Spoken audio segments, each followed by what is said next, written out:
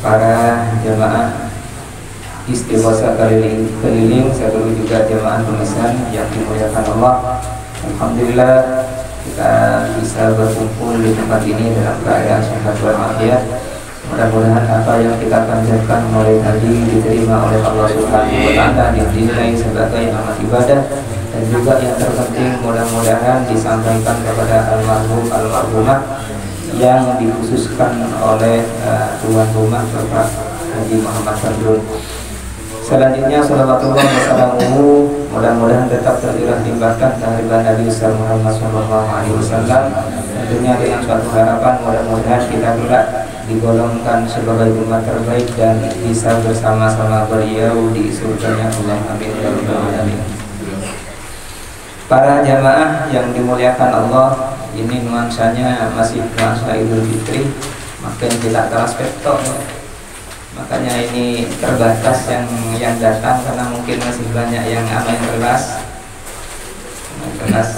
Jadi masih cukup pantas bagi saya apabila mengucapkan selamat hari raya Idul Fitri, minal aidin wal faizin wal maqbulin. Mohon maaf lahir dan batin. Para jamaah yang dimuliakan Allah, sambil kuk nyereng. Ya, kan kata Albin.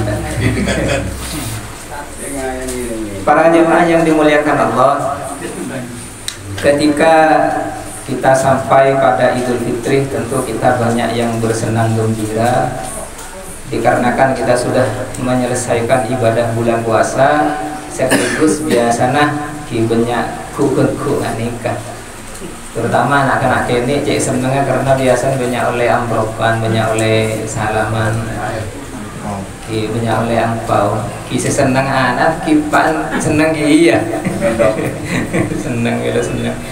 Akan tetapi satu hal yang perlu kita jadikan sebagai evaluasi.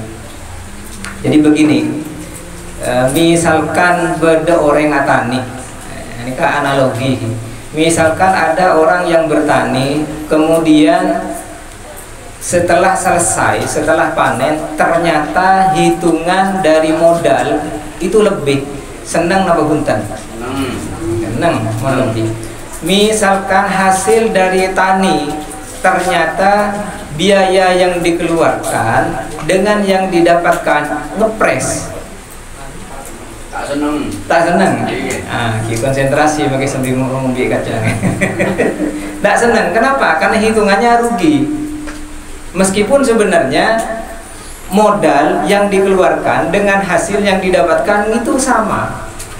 Karena setidaknya dia rugi waktu, rugi tenaga dan lain sebagainya.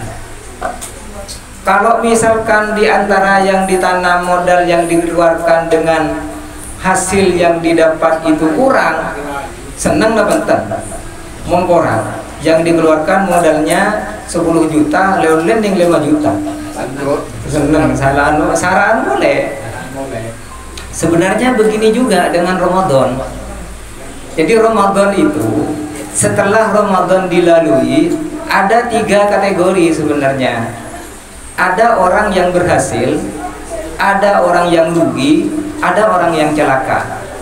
Jadi sesuai dengan sabda dari Rasulullah, barang siapa yang hari ini mangkana yaumuhu khairan min amsihi fahuwa rabihun.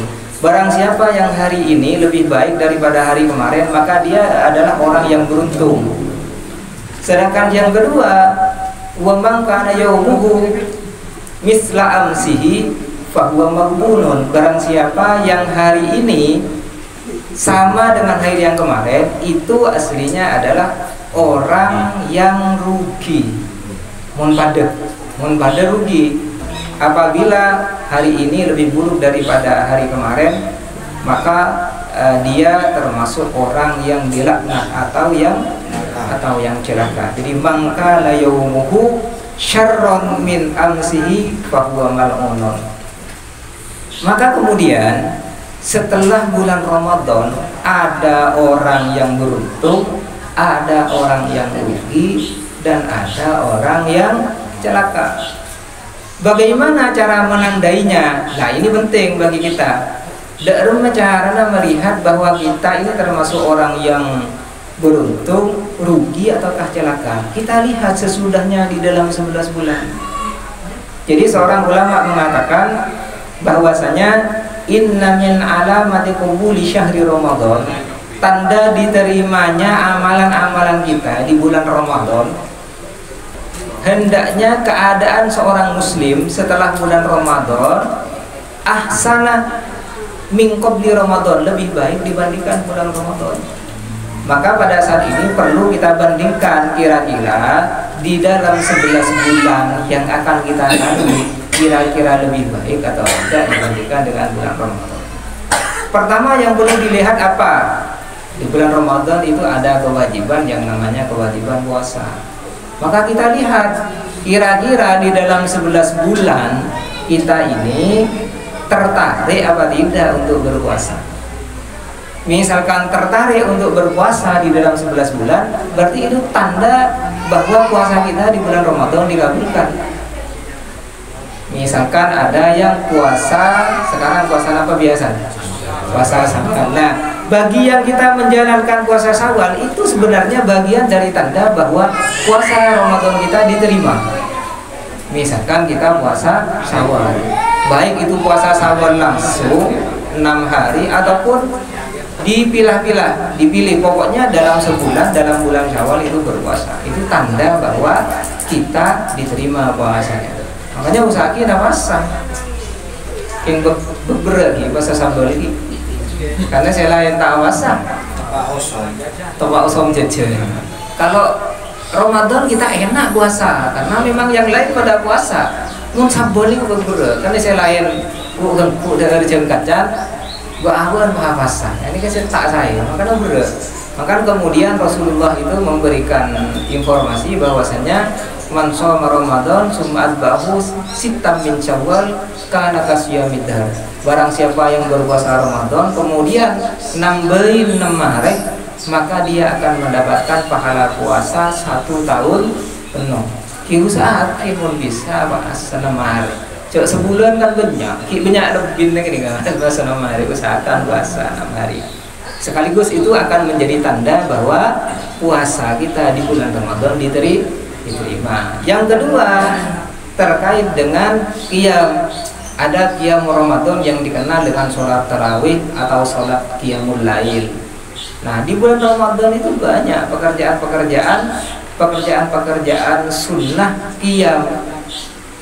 Maka apabila kita setelah ini di dalam 11 bulan semakin patang sholatnya, menjaga dengan sunnah-sunnahnya, ini berarti tanda bahwa qiyam kita di bulan Ramadan diterima oleh Allah Subhanahu wa Ta'ala. Makanya paling tidak sholat rawatib itu dijaga. Paling tidak jaga sholat rawatib itu sebenarnya 12. Coba kayak ngain 12 sholat rawatib itu yang perlu dijaga. Pertama, pernah saya sampaikan kayaknya, arba'an qabla zuhri, 4 rakaat sebelum zuhur.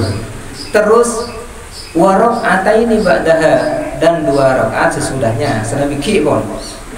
Nah, kemudian rakaataini ba'dal maghribi wa rakaataini ba'dal isya'i, 2 rakaat setelah maghrib dan 2 rakaat setelah isya. Kemudian wa rakaataini qabla sholatil fajri, dan 2 rakaat sebelum sholat subuh. Ini dijaga. Ya paling tidak dalam sehari semalam lah, dalam 11 bulan sehari semalam kita jaga 12 ini. Karena ini juga akan menjadi tanda bahwa ibadah sholat kita, qiyam kita di bulan Ramadan diterima. Yang terakhir itu ibadah sedekah. Di bulan Ramadan biasanya sebelum Idul Fitri, mulai dari awal Ramadan sebenarnya kita diwajibkan bersedekah yang dikenal dengan zakat fitrah. Zakat fitrah itu sebenarnya sedekah yang wajib. Jadi bagi siapa yang tidak bersedekah zakat fitrah yang sudah ditentukan, ada mulai dari 2,5, 2,7, ada yang 3 kilo, barang siapa yang tidak melakukan dalam keadaan mampu maka dosa. Bagi yang melakukan masih perlu evaluasi.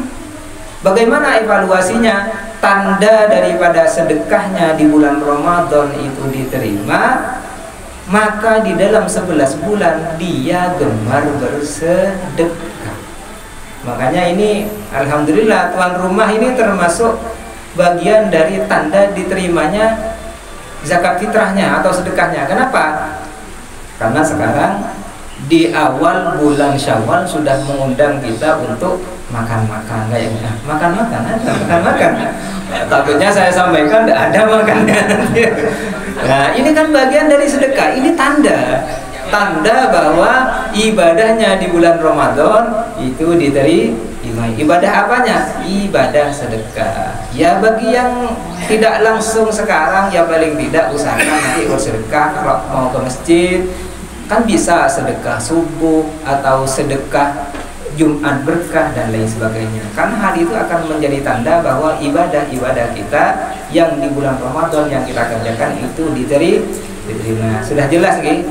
Jadi kesuksesan kita di dalam menjalankan ibadah-ibadah di bulan Ramadan itu terpancar di dalam 11 bulan sesudahnya. Apabila di dalam 11 bulan yang kita lalui lebih baik daripada 11 bulan sebelumnya, maka kita dikatakan sebagai orang yang sukses. Apabila sama, maka kita dikategorikan sebagai orang yang merugi. Apabila lebih saraan boleh, mulai dari sholatnya, puasanya, pesta sekali dan juga sedekahnya, maka kita digolongkan sebagai orang-orang yang celaka. Mudah-mudahan amalan kita diterima oleh Allah Subhanahu wa taala, terutama amalan di bulan Ramadan, sehingga kita bisa menjalankan kegiatan ibadah kita di dalam 11 bulan ini dengan kegiatan ibadah yang lebih baik. Itu sekedar yang bisa saya sampaikan, kurang lebihnya mohon maaf. Wallahu muwaffiq ila aqwamit thoriq. Wassalamualaikum warahmatullahi wabarakatuh.